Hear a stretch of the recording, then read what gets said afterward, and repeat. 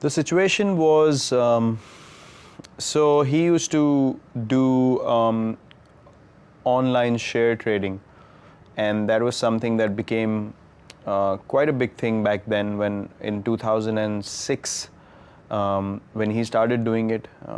And then, as I said, the business side of things wasn't doing well for my brother. The house was on rent, and then his online share trading account suddenly crashed. So one transaction went really bad, and all the transactions that he'd done before that and whatever he had accumulated sort of went down in a go.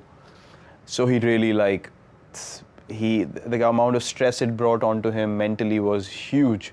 So he had a stroke. He had a clot form in his brain. I didn't know it because I was playing my first season and I was at practice, and I was coming back from practice, and I reached the house, and then my cousin's sister was there, and I asked her where everyone is, and she's like, no, they've just gone for a regular checkup. I was like, why would everyone in the house go for a regular checkup? This doesn't seem right. Why is she the only one sitting at home? So I asked her where they are.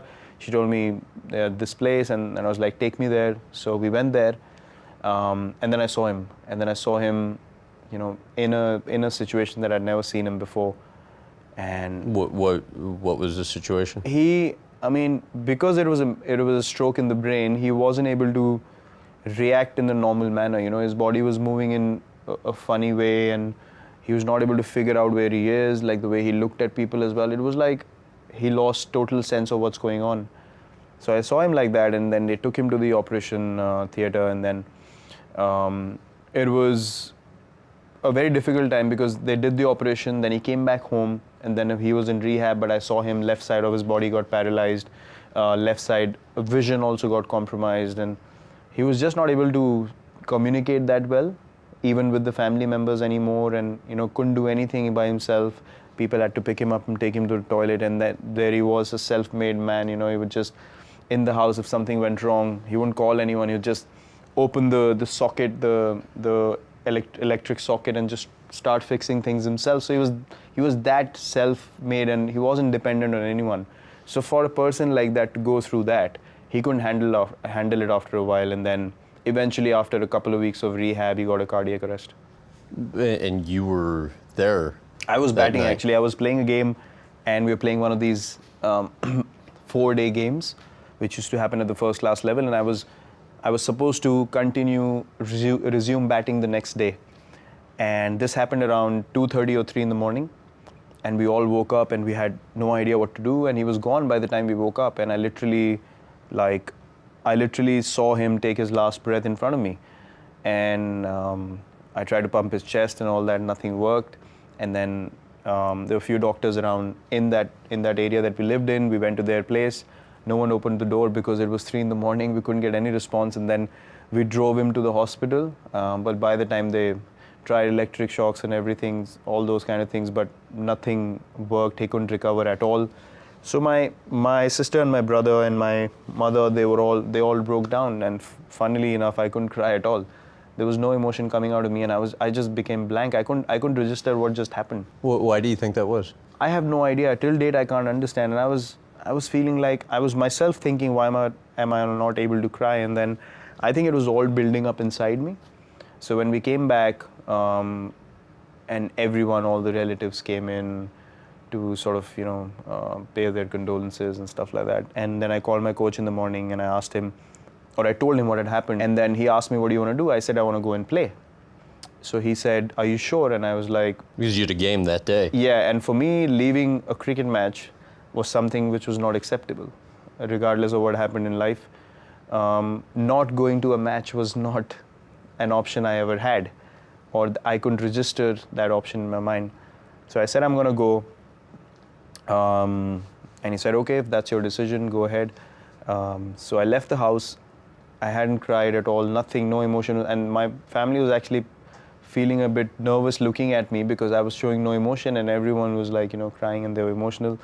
And then I went to the game, and I picked up a friend of mine again, and I told him what had happened. He thought I was joking. He didn't believe me.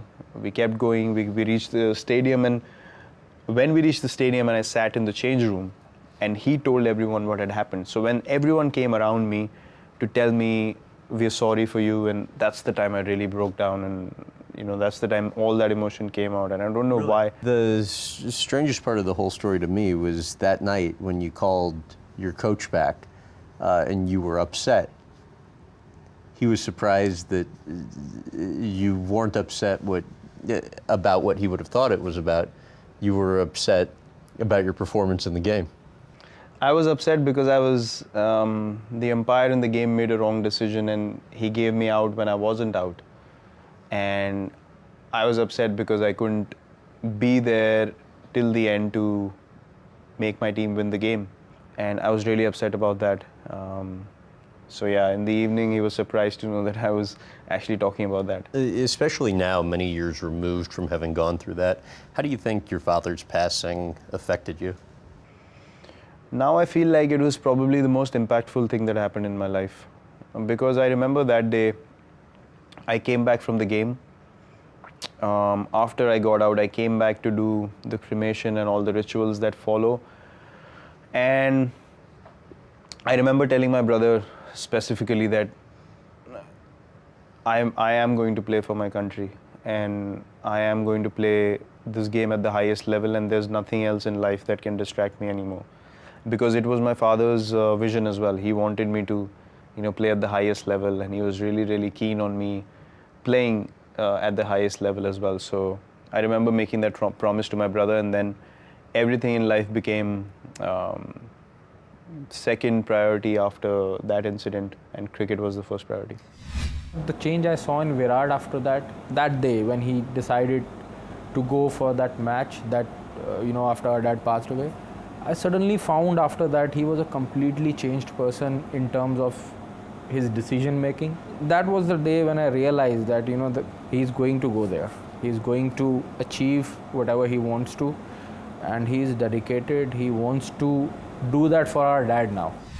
Yet it wasn't immediate that the success came No. after that, right? I mean, you kind of for a couple year period of time started struggling. In what ways did you begin to get careless off the field? So the thing is that the incident happens in your life, and then you move on with it. You don't know the kind of motivation it registers in your heart.